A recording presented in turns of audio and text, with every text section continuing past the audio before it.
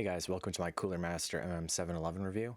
I was going to do a more in-depth review on this mouse, but they do have a wireless version announced, so I'll briefly talk about that near the end, but I'll kind of do the conclusion at the start, saying that this mouse shape is actually very good for people with small to medium hands that claw. It could actually be your endgame shape. So even though it's extremely cheap, you know, there's obviously some flaws that come with the price to what you get, but it is readily available off Amazon, and the shape could actually really be your endgame shape. I do like this shape a lot, and it shares a lot of the same characteristics. I don't know why I always have trouble with that word, but either way, with the Hati-S and the ZA13, which are kind of like my two favorite, I guess, shapes for small hands that claw. I'm 17 by 9 centimeters, so I'm on the smaller side of the spectrum. Wow, that sounds awful, but either way. We'll just kind of go over the specs right now. So it's around 60 grams. Comes with PTFE feet, and it actually comes with an extra set in the box. So pretty good for the price. 3389 sensor, so it has a low liftoff distance, or 1 to 2 millimeters, whichever you prefer in the software. Omron 20M clicks, and unfortunately it uses micro dots for the side buttons, but they are completely usable. They're easy to spam. And there's only pre-travel on the bottom switch here. It's actually pretty decent for the side switches. And I'll just go back down to the feet real quick and say that these are actually really decent feet. They're rounded pretty well. You probably won't be able to see it on camera, but you don't need to switch these out if you don't want to. The only complaint I have with this is that the design of the feet is kind of sharp for no reason. If you kind of see just on the sides here, if they rounded these out to like ovals and the sides here, these feet would actually be like no point in upgrading, like if they're perfectly shaped well, but they actually are rounded really well, and I had no issues on any pads. They're a bit rougher than aftermarket feet, but they don't scratch or get caught or anything like that, or you feel like you're ripping up your pad. They're completely good, and you do get an extra set, so that's nice. In general, I'll just go up to I'll finish off with the clicks, but you do have a DPI button. It works as a DPI button, or if you need like a random bind that's pretty obscure, you could use that. The scroll wheel, it's actually very light. It's pretty light. Not as light as like a GPX or Logitech mouse, but I like this more. I actually like the scroll wheel a lot. It's a very good scroll wheel. It's light and tactile. It's really good if you use it for like a jump bind in CS or Valorant. You could use it as like a ping bind. The scroll wheel click is on the heavier side, so it'd be harder to find a bind for that. But if you have something, I don't know, really obscure, it is usable, and it's impossible to double click or accidentally click, so that's good.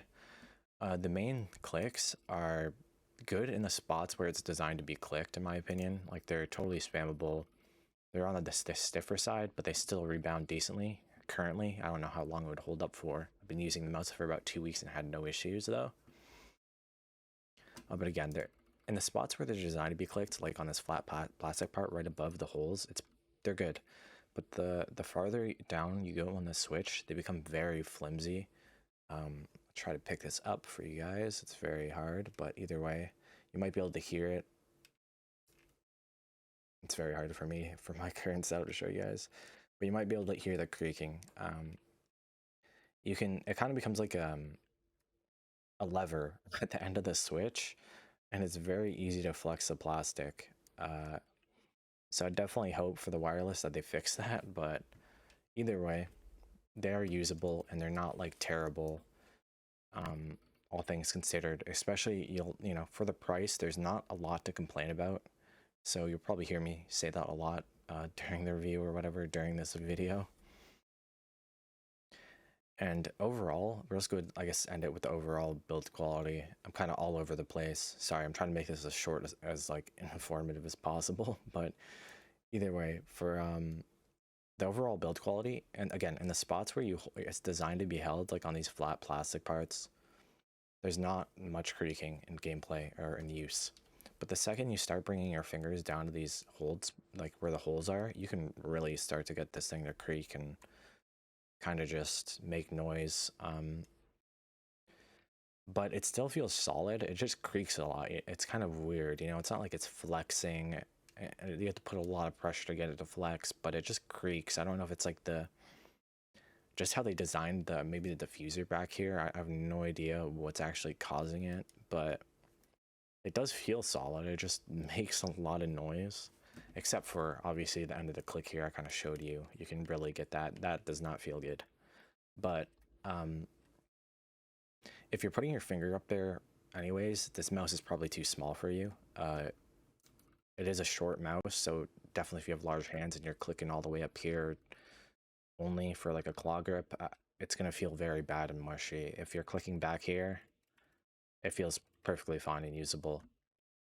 But yeah, either way, it's like this mouse is available for like 20 something dollars off Amazon, and you can return it if you don't like it. The shape is actually very good, like similar to the Hati-S, similar to the ZA13. Obviously not the same dimensions, but like the design philosophy is like pretty similar when you compare the ZA and the MM711 especially.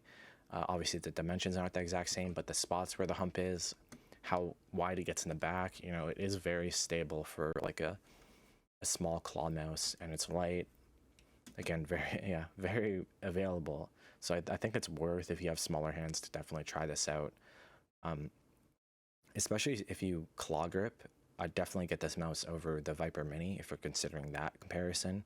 The Viper Mini is a really good fingertip shape, but there's not enough stability in the back that you can really get from it. This mouse is pretty fat in the back, in the hump, so you know, you do get good stability, especially if you play like Valorant or CSGO, where you have to hold a really precise angle or line, I guess, in your aim.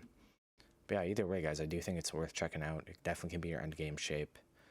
And I'm actually excited for the wireless and hope that they do improve a lot of build quality issues with it. Anyways, thanks, guys. Peace.